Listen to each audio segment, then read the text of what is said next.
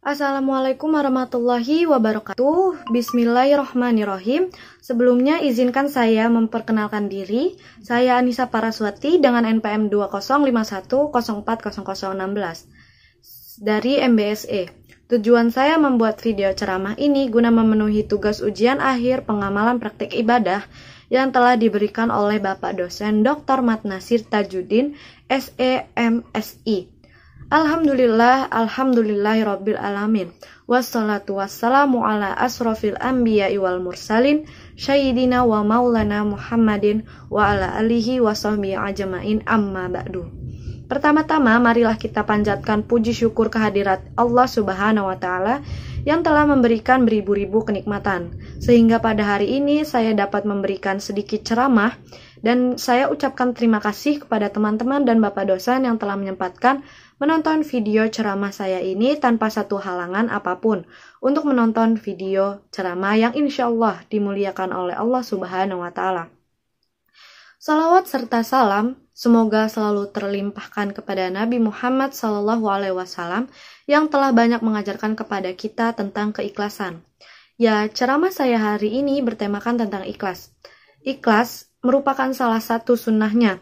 Oleh sebab itu, sebagai umat muslim harus senantiasa mengikutinya. Ikhlas adalah amaliyah hati yang tingkatannya sangat tinggi.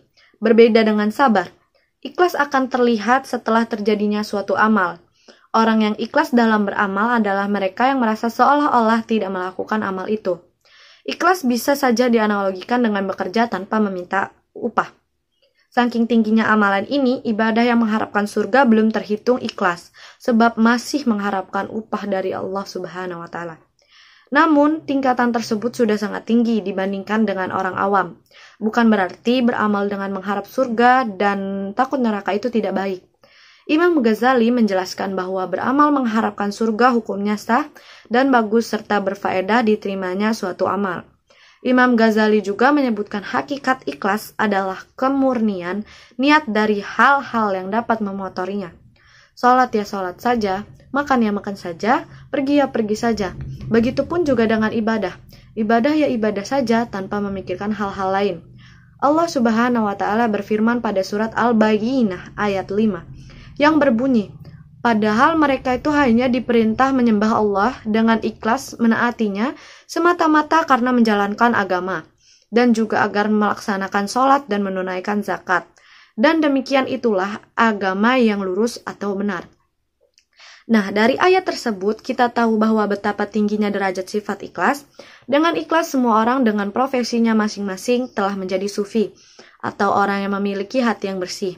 Seorang pedagang akan menjadi pedagang yang baik dan jujur, seorang petani menjadi petani yang baik, dan seorang pejabat akan menjadi pejabat yang baik, dan seterusnya. Imam Al-Ghazali mengatakan, semua manusia akan rusak, kecuali manusia yang berilmu. Semua manusia berilmu akan rusak, kecuali manusia yang mengamalkan ilmunya. Semua manusia berilmu yang mengamalkan ilmunya akan rusak, kecuali yang ikhlas, dan orang-orang yang ikhlas pun masih dalam keadaan kekhawatiran yang besar. Dari ungkapan tersebut terlihat jelas bahwa ilmu akan sia-sia. Ilmu dan amal itu akan sia-sia jika di dalamnya tidak ada sifat ikhlas. Ilmu dan amal dapat dibanggakan, bagaimana mau dibanggakan? Sedangkan yang ikhlas saja masih dalam keadaan khawatir yang besar.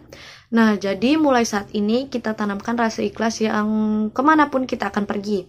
Contohnya saja, jangan lupa mengantongi ikhlas. Seperti saat ini, kalau kita sedang membawa uang, mari kita sisihkan ke kotak amal. Bukankah begitu? Ikhlas itu tanpa melihat besar kecilnya jumlah uang yang kita berikan.